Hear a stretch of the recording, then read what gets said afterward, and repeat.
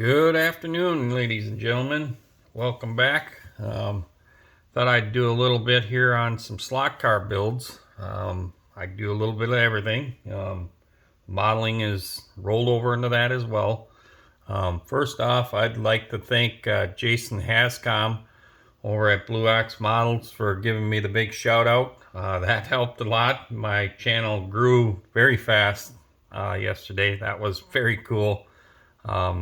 Met a lot of great people, got introduced to some other channels, so now I've got them in my favorites, and I'm watching you guys too. So there's a lot of good content out there to grow this community and share the passion that we all have for being creative with these plastic kits and RC cars or full-size cars. So today I thought I would show some of the slot cars that I've been digging out, and started cleaning some of them guys up too.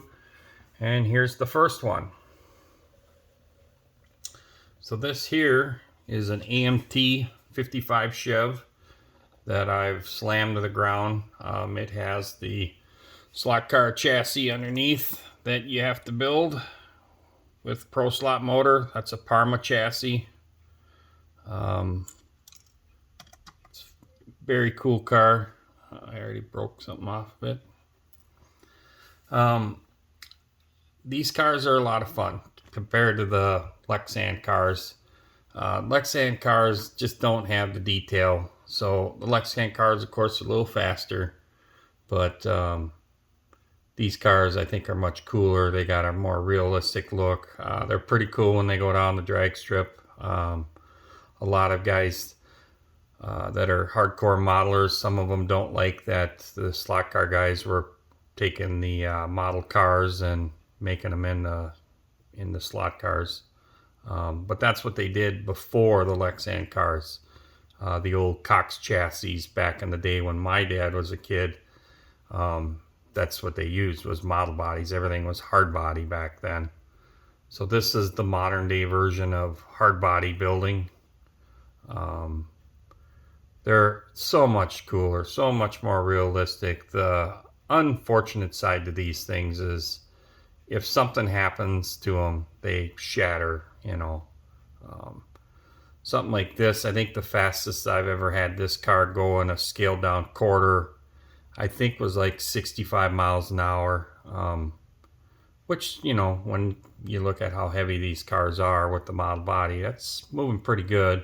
I know there's guys that are quite a bit faster than that for what this car has for motor and specs and weight. But this is at my track. Every track's a little different. My track now, I haven't ran this car for, I don't know, it's probably been a couple years since I've moved. So this car hasn't ran, and I think our track has changed over to a power supply versus the batteries. And I've heard that the power supply system is a much better deal. But yeah, there you go. This is kind of a neat deal, right? These are a mixture of something you can actually drive, and it's your modeling. So you get a little bit of both. Some mechanical stuff that you got to make it work. You got to tune it. The bodies kind of float. You can see here there's little push pins that hold the bodies on them. The tubes inside there kind of float a little bit in the chassis, and that's kind of your suspension so that the car doesn't derail, kind of absorbs some of the inconsistencies in the racetrack. So there's one. Let's switch this out and we'll put another one up there. Here we go with number 2. So we're going to show you the pair of 55s. So even though I'm a Chrysler guy, I love 55 Chevys. They are like my favorite. It goes back to being a kid with the American Graffiti and the 2-lane blacktop car. I love that 55 Chev. So now this one here was a little bit more of a faster class that I was running this one with. So we can see there that I've modified the front bumper extensively to give it more of a pro mod look. This one's a little bit lower. Of course, we put the Pro Mod blower hat and blower sticking through the hood on this. And this one has a Pro Mod wing. And the wheelie bar on this one is a little bit longer, about a 1/4 inch longer, being that this car has got a little bit bigger of a motor in it. I used to have a friend of mine in the big car world that had a beautiful 56 Chev that was Pro Street, and it was this color pattern on a 56 Chev. And unfortunately, we lost that gentleman to cancer a few years back, but he was just a great guy, and every time he'd show up at car shows with his 56 Chev that looked like this, you know, it just sparkled. So then when I decided to do a Pro Mod one, I thought, well, even though it's 55, I'm still going to paint it up like his old 56. So he loved this. I showed it to him when it was first done, and he thought it was just cool as hell. And I even let him a couple times at certain shows, I let him put this thing on his dashboard of his 56 just because it looked like a crazy version of his 56. So he just thought it was so cool. But yeah, there again, this is another AMT kit. It's the same Parma chassis. It's a Pro Slot motor. It's the old Army dragster blower scoop and blower. Yeah, very cool. They were very fun. I've got quite a few of these between me and my father and my son, and we had a lot of fun with these. We used to get a lot of car guys to show up on a Friday night, especially in the wintertime where you're itching, you can't do car shows, your big cars are all hibernated in the wintertime. These things were a blast. You could build these things, change up the bodies or start over. A lot of guys started building lots of cars, and which was good. You know, you had different cars to choose from and you could try different combinations. Nowadays, I think they're kind of using a spec motor in them, where these ones here you could change all the brushes and you could change the arms and the magnets and you could go crazy with them. But they were a lot of fun. A lot of trash talking amongst the friends, and you know, who was the fastest that night, and grudge racing and betting pops. People would be betting who could beat who, and you had to go buy pop for a guy that you got beat by or something. It was a lot of fun. So just another form of modeling. You still get to practice your painting skills and some of your metal foil. This is all the metal foil that I did with the trim on this car. And then both of these 55s are both automotive paint. These are leftovers that I've gotten from a buddy of mine that was currently at the time doing a lot of paint work.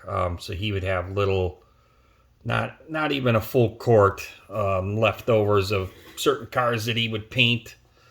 So I would always kind of go stop by the shop and BS with him, and then, you know, see what he had over for leftover paint.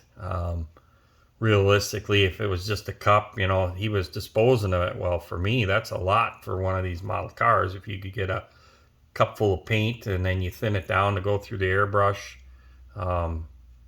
goes a long ways. So, but yeah, these ones here were automotive paint with automotive clear, because there is like a greasy glue that you use to put down on the racetrack to get traction with them, and that glue can fling all over. So if you use a regular enamel that's not protected with a clear, it kind of softens that paint up. So this base coat, clear coat stuff works really good. This urethane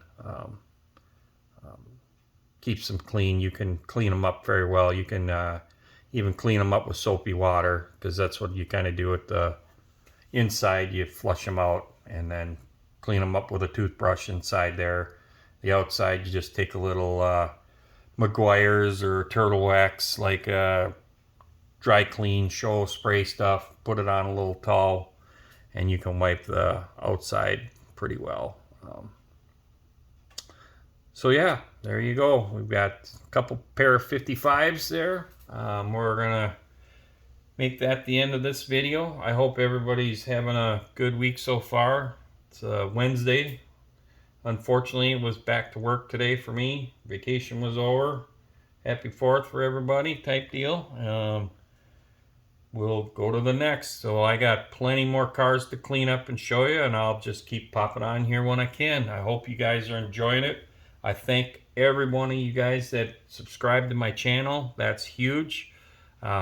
I love watching your guys' channels. For those of you that got channels, I get ideas off of that. If it wasn't for Jason, that Blue Ox model, kind of making that group build for the Street Machine an open thing, I don't know that I would have kind of gotten back into these models as much. I'm finding great joy in doing this again. Jason over there seems like a great guy at Blue Ox. There's quite a few guys that you see on YouTube a lot.